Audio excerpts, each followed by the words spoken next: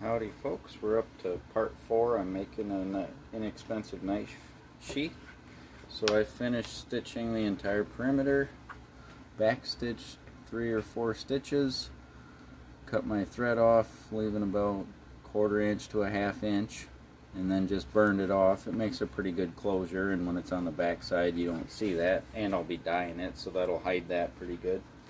And then I cut my end off to length so it would be there for my flap, and I went ahead and grooved and chiseled my stitch holes here. So now what I'm going to do is eyeball that where I want it on the sheath, and I'm going to take my C.S. Osborne scratch awl. I got a twin pack of these off of Amazon a couple years ago now. Very nice little awls. Good for marking and even poking holes for chiseling.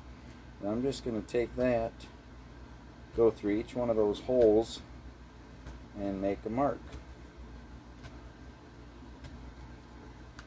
I don't know if the camera will pick that up. Kinda. So that's where my holes need to be. So I'm just going to go ahead and poke holes in all of them.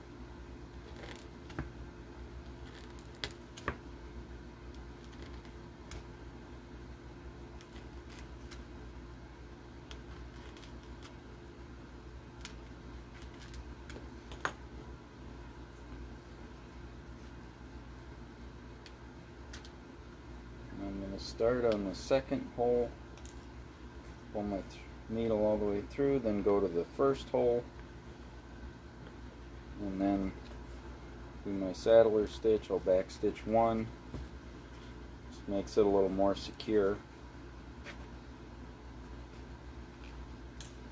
Just using leftover thread from when I stitched the others, so hopefully it's enough.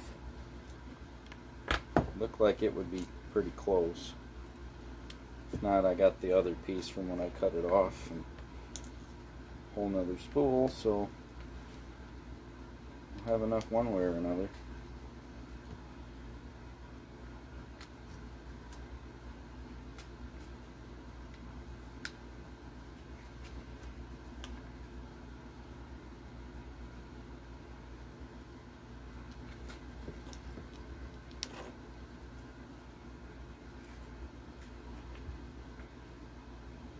If anybody was wondering why I didn't just cut it off straight at the bottom, I want at least one stitch going a different direction on each side. It just adds to the strength of the leather itself that way, because if you have them all in a straight line and that's all you got, it's not cutting the leather in half, but it can over time pull on it because it's all pulling on the same angle. This way it's got to pull 2 different angles, and just seems to be a little more likely to last longer that way.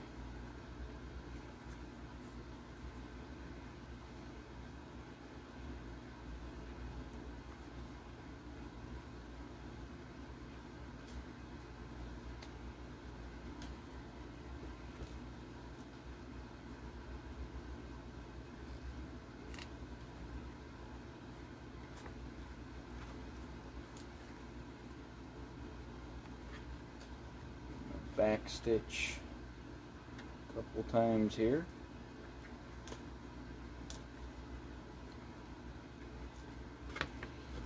This time I'm not just going to burn the end, since there'll be like direct pull on these threads. A square knot, and then I usually do an overhand knot on top of that. Seems to work pretty well. Cut it off, burn the excess.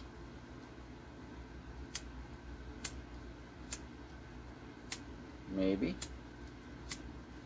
Be right back, I gotta get a different lighter.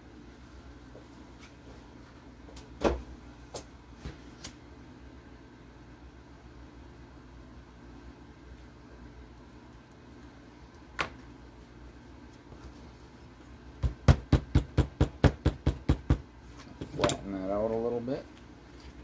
Okay.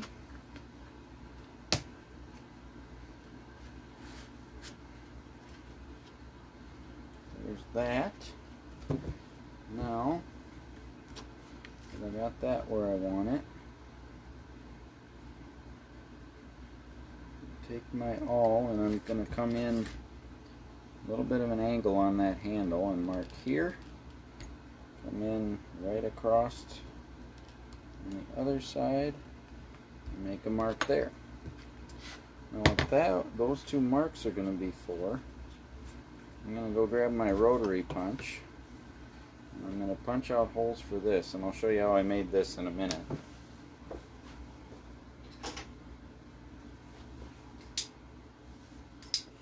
Got this on the second smallest notch. I'm going to lay this in.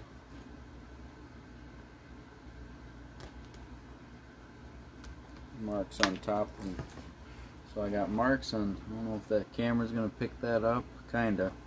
So I got a start and stopping point for both of these. And I'm just going to punch holes until I get myself a slot here.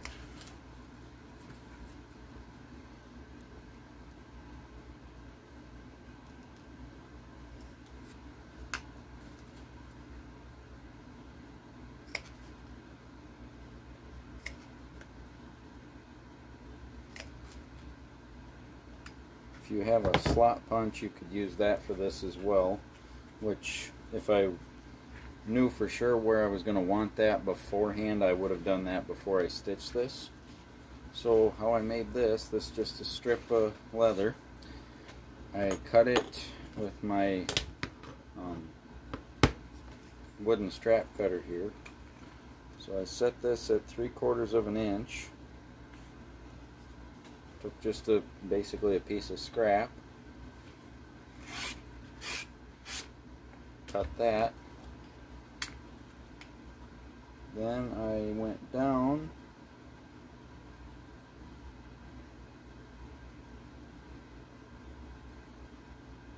to about 5/8. Get over there. And I did it again.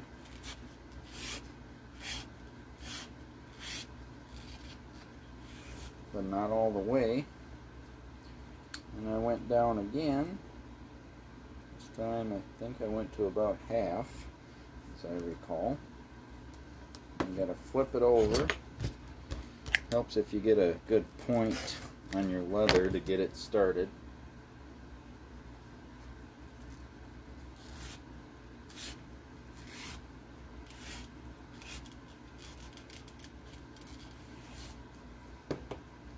Then you end up with something looking like that. Now obviously you can use a straight edge and a utility knife. And I just cut off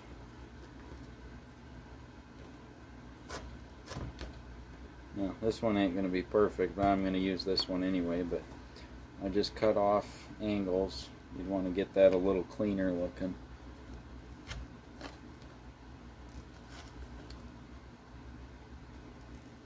Now, it's kind of messed up, but you get the general idea. I cut across the front, clip the corners, adds a little more finished look, and then I made a slot in the middle, like that. So what we're going to do with this, I'm going to go through that slot.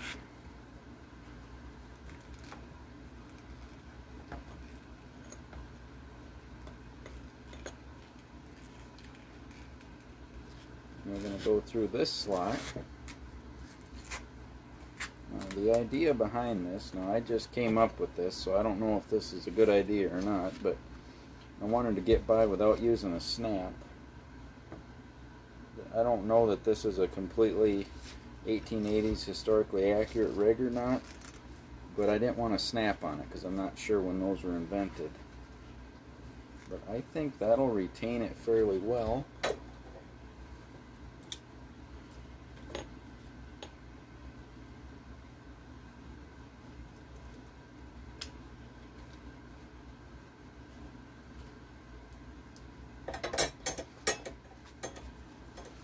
So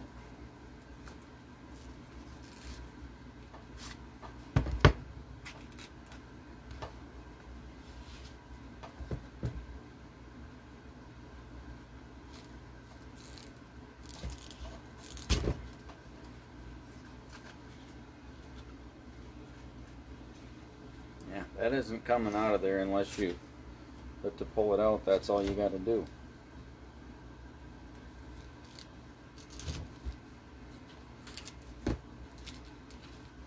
So get it out, you just pull on that and you put it back in. Take your point, push it through. So I think, well, I'll show you the process for slicking the edges, and then I'll end off the video, and then we'll take up when it's dry for dyeing it. I did bevel this side of the flap or belt loop here. I didn't bevel this because I don't think it really needs it. It's pretty thin anyway. So for burnishing the edges, oops, I just get a cloth wet, get my edge. You don't want it soaked, but you want it fairly damp. And I got Fibing saddle soap, and I just run over that with my finger. And you can use a piece of canvas or denim, or you can use something like this and just burnish the edge, slick it up real good. So I'll finish this off camera, and then we'll pick up with dyeing and wet forming. Thanks for watching.